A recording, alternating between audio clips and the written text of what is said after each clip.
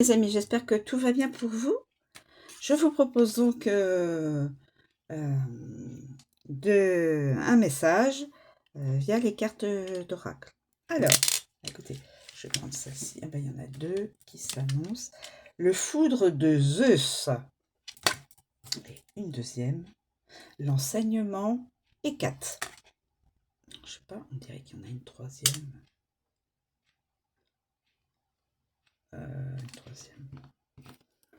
Est-ce que je vais prendre la troisième? Bon, allez, je valide. Et le changement. Le foudre de Zeus, l'enseignement Hécate, le changement Phobos. Donc là, c'est exceptionnel que je prenne autant de cartes. Hein. Généralement, c'est une carte. Alors, je commence. Pour ne pas prendre trop de temps. Le foudre de Zeus. Alors, c'est...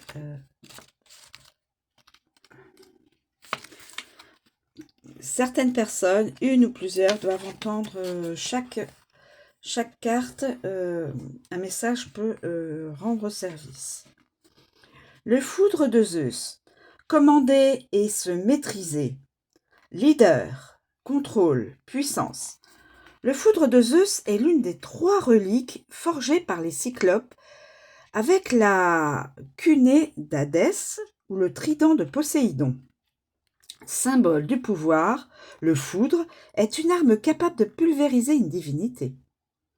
Il consiste en un faisceau d'éclairs et d'électricité maîtrisé uniquement par Zeus, ex-roi de l'Olympe. Ce dernier peut élire d'autres porteurs ou porteuses, selon la confiance qu'il place en eux. C'est le cas d'Athéna, sa fille favorite, mais aussi de bébé Médée, fille d'Héla, et de Déimos, car Zeus a reconnu en elle une créature à la puissance incommensurable. Message de cette carte.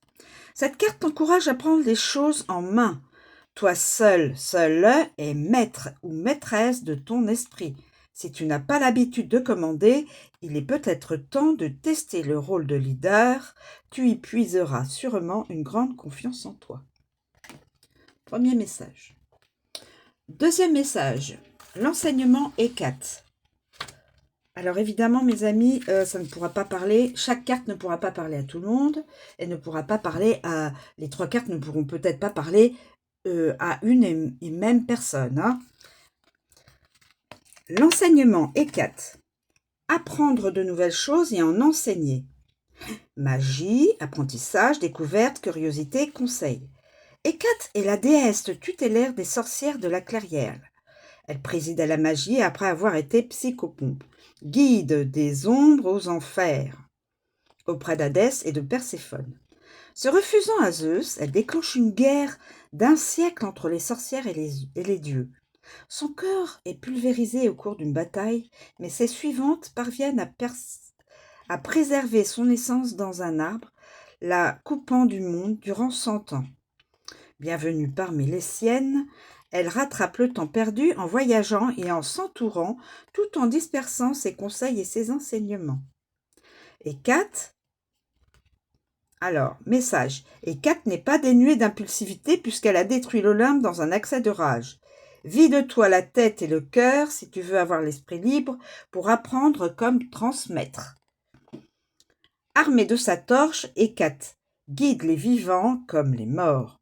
Inspire-toi de son rôle de passeuse entre 2 dimensions, le matériel avec les enfers et la magie créatrice avec la clairière, avant de te lancer dans une formation ou un atelier.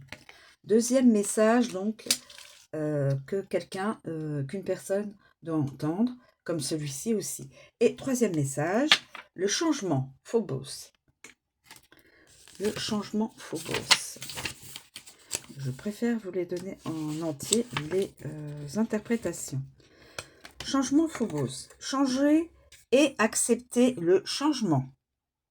Dualité, évolution, tourner une page, les soins et la transformation.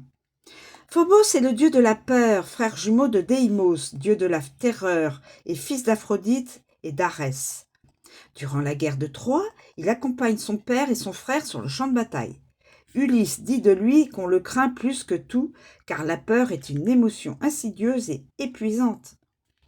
Sa nature est alors téméraire et insouciante. Malheureusement, lors d'une bataille contre les sorcières, le sort de l'une d'elles relâche sur lui toute l'essence de son propre frère et le rend fou. Il est interné pour la sécurité de son entourage. Ella, épouse de Déimos, l'extirpe de sa torpeur. Il devient réservé et prudent. Sa rencontre avec Pasiphae le mènera sur de nouvelles routes. Message de la carte.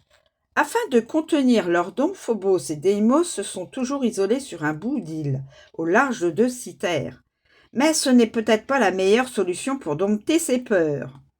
À l'image de Phobos, entoure-toi des bonnes personnes pour les affronter. Les changements interviennent parfois malgré nous et peuvent effrayer, mais ne recule pas face à eux. Tu peux aussi y découvrir de belles choses. Message transmis des trois cartes. Je pense que l'univers voulait absolument que je transmette toutes ces cartes. Voilà, je vous remercie de me suivre. Je vous souhaite une très bonne journée. Je vous dis à bientôt.